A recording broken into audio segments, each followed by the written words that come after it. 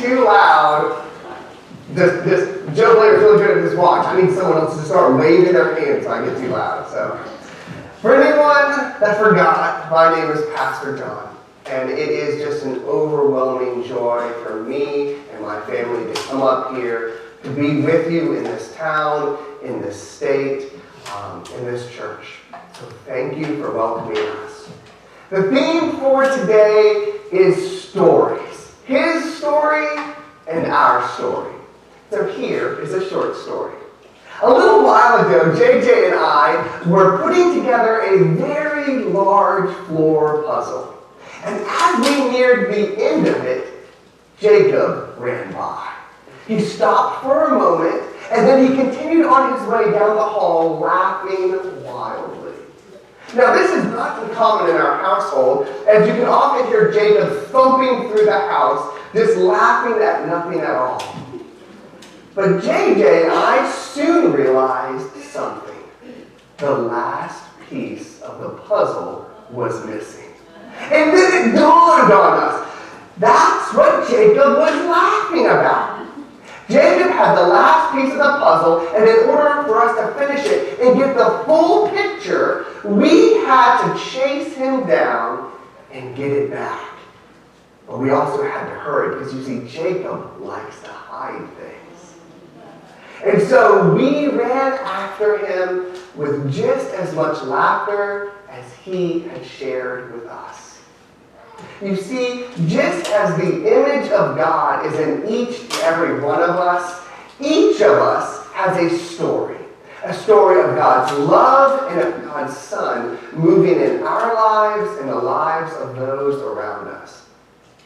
With every part of the story, we get others to share with us. The picture of God at work in this world becomes fuller. As Methodists, we listen and we share this story through the gifts given by God: Scripture, tradition, reason, and experience. So when I began to think about what to share with all of you during my first sermon, these verses from 1 John came up in my heart. You see, I was encouraged to share a portion of my story. But I never want worship to be about me. I always want worship to be about God. So my prayer is that in some way, through this story, you might get to know me better. But my hope is that you also get to know God a little bit better through my story. So I'm going to try to switch mics. I don't know if anyone else hears it. I have a loud humming. So, let me see. Is this one? Okay, now it's working. Can you all still hear me? Okay, thank you. So, when I was a little boy, God was given to me through many hands.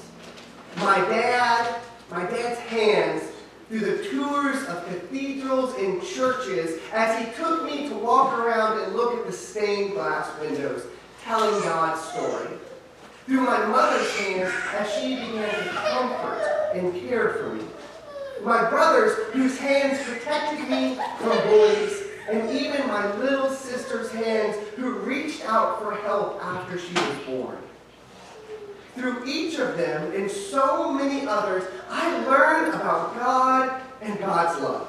I learned about the word of life. Because it wasn't just my family's hands that taught me about God's story in the windows or held mine when I sat in hospitals. And it definitely wasn't my brother's strength as a 5-year-old as he carried me hundreds of yards when I was a small child and got too injured to walk. It was God at work in all of them. And it was God through my little sister's hands that was also asking me to help others. The word of life was revealed by the life and lessons of others, including the men and women of faith we see in the Bible, each of them sharing of their encounter with God. So throughout my childhood, I learned about the word of life, of Jesus. But as I got older, I began to think and I began to question. I began people who introduced their Jesus to me. You see, it wasn't my experience, it wasn't my understanding, or even my encounter. So at times when I listened to others, it seemed confusing and strange. Until one day, as a teenager, I was asked to share for the very first time. And I still remember sitting in the pastor's office. You see, I had just gotten in a big fight with my dad. For anyone that hasn't heard yet, I am a preacher's kid, an army brat, and a middle child. Okay? So I had just gotten into a fight with my dad over the Bible and over a girl. And I began to leave the house. And I wanted to go somewhere where no one knew who I was, to a church I had never visited, and begin to talk to people so that there'd be no bias. And I found myself in a pastor's office, and after sharing with him, he invited me to share with their adult Bible study, their parenting group, and anywhere else I'd be willing to share. And I can still remember his hand on my shoulder and how it felt as he invited me. Because I could also feel God's hand on my shoulder and hearing his invitation and his call to something more. And like so many people that have ever experienced that call, I ran. I ran as fast and as far as I could. I ran like Jonah. I fled until I couldn't run anymore or deny God any longer. Like the prodigal son, I walked out on my family and I treated them as dead. I wasted my inheritance until the point I ended up with nothing and sat on a curb homeless. And finally, after years of my family not knowing if I was where I was or even if I was alive, I picked up a phone, one of those old payphones, and I called my father. My father ran out to meet me. Literally drove like 20 hours from Colorado down to Georgia to come and find me. And as his hands held me, I could feel them wrap around me, and I knew that God's hands were welcoming me back as well. My son was dead, and now he is alive. These are the words of the father and the prodigal son. And these are the words I remembered as my father held me. I remembered because I heard about them in Sunday school. Those powerful stories that we carry with us, and we don't know that they're going to spring forth into life. And so I sat there, I screamed, I cried, I wept, I cursed, I gave it all to God. Because I knew God was big enough to hold it. And my Father's arms were big enough to hold me and welcome me home. The word of life came into my life in a new way that day. And it set me free. But it took time. It took time for me to embrace my new life and my call. That call and invitation to share God's love I felt way back when I was a teenager. And so when I was finally what I would call like whole and well and ready in heart and mind, I knew what I had to do. I had to go to seminary and then be denied. I got to the seminary door just so that it could close in my face. I was denied. I was told I was not smart enough, my grades were not good enough, and I better not bother trying to apply again. I was confused and scared. I was crushed. I had finally said yes. And now it was God saying no. Did God somehow change God's mind about me after all of these years? And so with an uncertain heart, I entered into years I will never forget and years I will never regret. They were the last years I got to be with my brother before he passed away from cancer when he was 31. And I saw him fight. I saw faith erupt in his life. I saw the word of life in him, And through him, I saw Jesus claim victory over death again. The night he passed, I held his hand.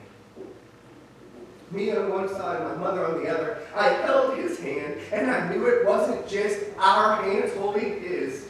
It was God's hands welcoming him home through us. That night, I went for a walk. And I remember street lights, a quiet darkness just beyond their pools, and I remember a mournful peace that accompanied me. And that's it. A couple weeks later, I had a dream that I was walking under these street lights again. Only this time I wasn't alone. This time, God was walking with me. And as we moved from one pool of light to the next, I could look down beneath my feet and I could begin to see moments and points of my life and all the goodness that God had in store for me, all the plans for my joy, like Jeremiah says, in store for me. But then I woke up and I could remember nothing. I could remember nothing except the next step and the overwhelming joy and knowledge of God's presence in my life. I knew that it was time to go back to seminary. The very same seminary that had slammed its door on me and said, don't bother applying again. But this time, God threw the doors wide open. No barriers, no obstacles, just God saying, now is the time. What I originally thought of as God saying no was God saying, not yet. God led me to where I needed to be, even if it took a door slamming in my face to get me to listen. But there at seminary, I married my wife, Jenna. I discerned my call to the church out of the chaplaincy of the U.S. Air Force and stepped into the parish work. I joined the West Virginia Annual Conference as the very first United Methodist in my family. And I joined in part because of people like Reverend Linda Glass, who used to be the pastor up at Mount Olivet United Methodist Church, just up 86. She sat me down for tea one day in her garden and said, and told me that it was in West Virginia I would experience God's grace. I would get to see what John Wesley meant when he described God's grace so many years ago. And you know, she was right. I've seen and felt grace from so many people since I moved here. But finally, the day I started, the very first day I started church in July 1st, 2013 as a pastor, was the same day that my father retired from the U.S. Army as a minister to God after 31 years. And that morning he called me up and he told me a joke, because he's ornery. And he made me laugh, and then he passed me a baton. The very same hands that held mine and led me through the story of God told in stained glass windows before I could read, told me it was time that I started sharing God's story. That I started sharing the story about the Word of life, Jesus the Christ.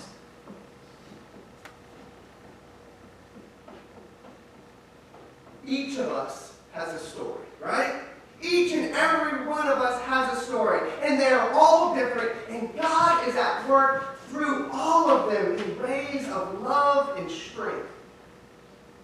But I want you to take with me for just a moment, I want you to think.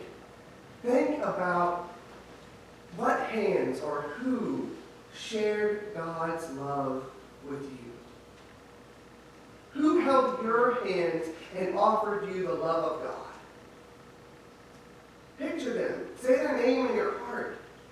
Who encouraged you, forgave you, uplifted you, and walked with you through the hardest times in your life, when you needed them the most.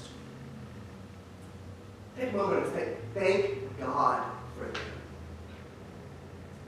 And thank God for the Word of life that works through the lives of others, you and me, to touch this world and offer a little bit of of hope and healing.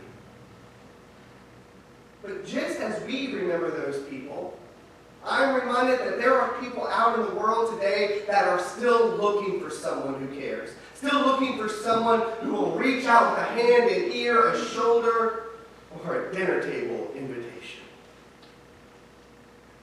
So in the coming years, I just wanted to invite you. I wanted to invite you to join together with me as a family of God here in Glendale. And I want us together to offer our hands to someone else so that we can share with them what we know to be true, what we have seen, what we have heard, and what we have touched, as the scripture says, about the word of life, Jesus.